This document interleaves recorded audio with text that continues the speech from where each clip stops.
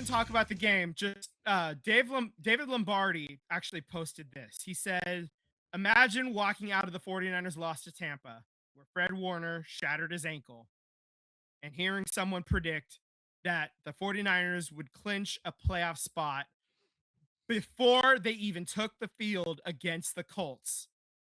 Just remarkable, right? Uh Odds defying, unprecedented run. Just like, just cherish this moment because that's exactly what happened.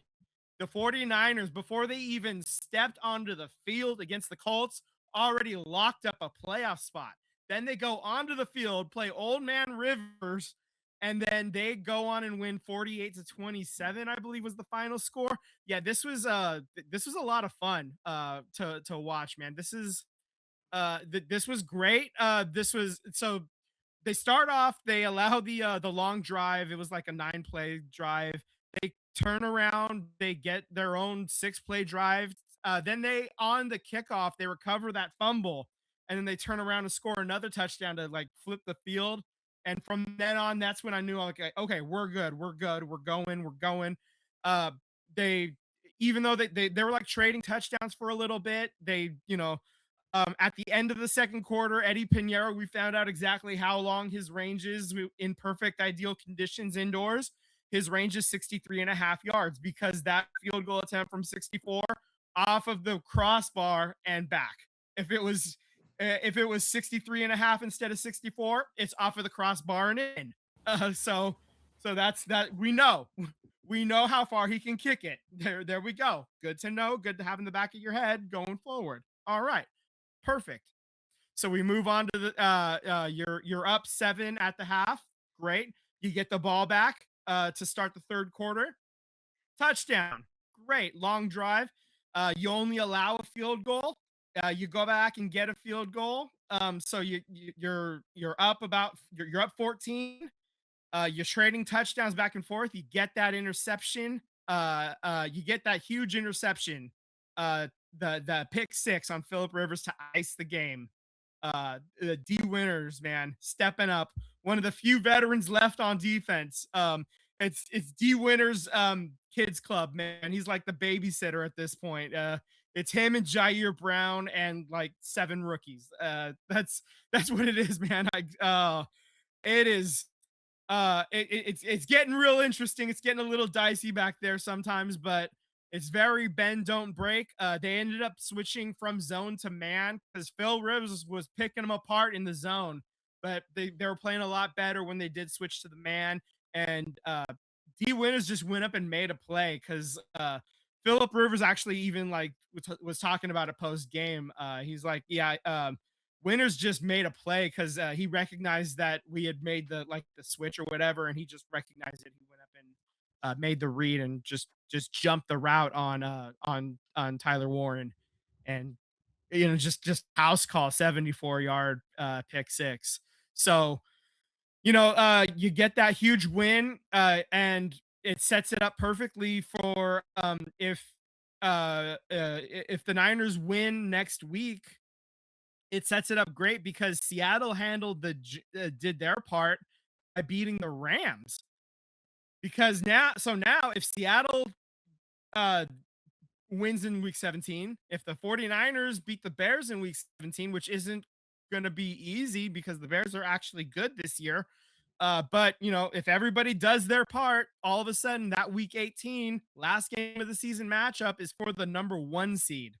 And that's going to be huge. That's got to be your Sunday night football game if that does happen, like I don't know how it's not. And that wouldn't even be the first time that the 49ers and Seahawks would match up on Sunday night on the last game of the season for the NFC West title, like that's happened a couple of times in the last like, 5-10 years or so, man. Like it happens often enough, like the league is pretty good at having the Niners match up against the Seahawks late in the season for when it matters. And that's why I hate those bastards up north. And it's fun to root against your rivals, right? It's going to be a quite the matchup there if everybody does their part and holds up their end of the bargain. Right now, the Seahawks are the 1 seed. Right now, the 49ers are the 5 seed. The Rams are the 6 seed. So they're the ones in the rearview mirror, standing next to those stinky turds, the Arizona Cardinals, in the fourth place in the division. They're the ones that have to put up with that smell. God, Yeah, it was I pretty stinky back there. what are your thoughts for next week? Obviously, you're going to be the homer and pick your team, but I mean, like, Yeah, what I'm are gonna be your the homer and actual pick my thoughts? team. The Bears are well, Because the so Bears, the Bears are fighting too. They can't no, really let up ground either. they Yeah, can't let up on the gas because the Packers are right there. The Lions are very close to dead. They're not quite dead, but they're very very close. They have to win out and get a hell of a lot of help. The Bears have clinched a playoff spot. The Bears are in. So even if correct. the even if the Bears lose out, they're still in. The worst they can do is the 7 seed at this point. So does that maybe take their eye off the prize a little bit? I don't know. You know, I don't think so. I mean, I don't think so if you either. get the No, no, no, no. home I just have field, to ask the question. I don't think yeah, it will, but we'll see how some of these guys react. This is Caleb Williams' first time in the NFL playoffs. You know, I don't know how he's going to react to that. I would assume he'll stay focused or whatever. But I don't know how everybody else is going to react because Chicago doesn't see a lot of winners. The Bears they don't win a lot. This is not a franchise accustomed to victories. At least not in the recent history. They have a are lot you of are you are history. you are you referencing the Bears and Eagles game with the double doink?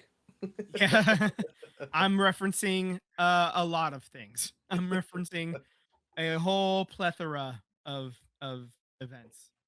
Even That even when it goes well for the Bears, it doesn't go well. I'm referencing Rex Grossman in the Super Bowl. I'm referencing yeah, just a whole lot of things. So basically as just to circle back to the Colts game, the Niners did have their injury. Of course, it was George Kittle. It was an ankle injury. George Kittle said it was on a hip drop tackle, so I would imagine the league is going to take a look at that. Unfortunate. I hope he's okay. He is questionable for this coming week. So if you have Kittle in your fantasy league championship, maybe you need to take a look at Jake Tongus. Yeah, just something like that. Just a free tip did from you me hear to that, you. Sam? Yeah, Did you hear that? if you have Kittle, if you don't have Kittle, I don't think it's worth taking a look at Tongus. But if you do, just maybe just have that pivot option handy. Anyway, the just around the league itself, they did announce the Pro Bowl teams earlier today, excuse me. The 49ers have 6 players on the Pro Bowl team. Surprise, surprise, a lot of offense and no defense, Which was when you're complete opposite of what the Eagles were. All right. defense. Yeah.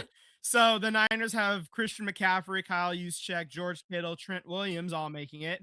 Also making the team are long snapper John Weeks and special teamer Luke Gifford for his kick coverage acumen. So that's cool. Um, usually the special teamer player would be usually it's somebody like on like a really bad team, just so that way like somebody like a Raiders player or whatever could or a Titans player could have somebody make the team just to like get a stick tap, or How whatever. many But like notable fullbacks are there in the league?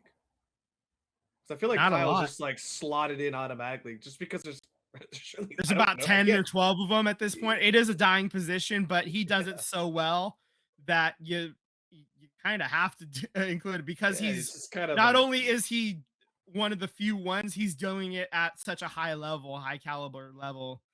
Um, if he wasn't so good at the job, they'd stop including him, I would think. But yeah, he's pretty still much. crushing it. So you keep doing it. So it's it is what it is, right? Christian McCaffrey is very close to another 1,000-yard receiving, 1,000-yard rushing season. It makes sense to include him. Kyle Juszczyk keeps doing what he's doing. George Kittle makes the Pro Bowl, even though he missed a few games earlier this year because uh, he's George Kittle and he's still crushing it when he is playing. And he played enough games to, and the tight end field is still weak enough that he's able to counteract that when he was able to play. And then Trent Williams, even though he's my age, is still crushing it at left tackle. So it makes sense. Yeah, so that doesn't really, none of those names really surprised me, at least on the offensive end of the spectrum. I do want to say though, because like you were talking about how the Niners are playing zone against Old Man Rivers. Yeah, I at least to feel like start. Yeah. we talked about last week, and we can wind the tape back on this one, but I do recall saying press up on them and play man on them. It didn't Yep. make any sense why you would play zone coverage on Yep. Rivers. You can't throw the ball 30 yards. Yep. And that's they started off with that. I would imagine because that's just kind of the zone, the scheme that they've been playing with and had more success than not with. But yeah, they made that adjustment at halftime, and they were able to get a lot more success in the second half. We saw it with the pick six. We saw it with the forced 3-and-outs, and yeah. So that's shout out to Christian McCaffrey. Shout out to the Zebras for taking away Tonga's clearly touchdown. And yeah, that was I needed bad. though. I needed it though. So thank you Zebras for once. Yeah. Thank you Christian and thank you Pittman for getting me at least 7 points to get me over the top. So appreciate it. Yeah.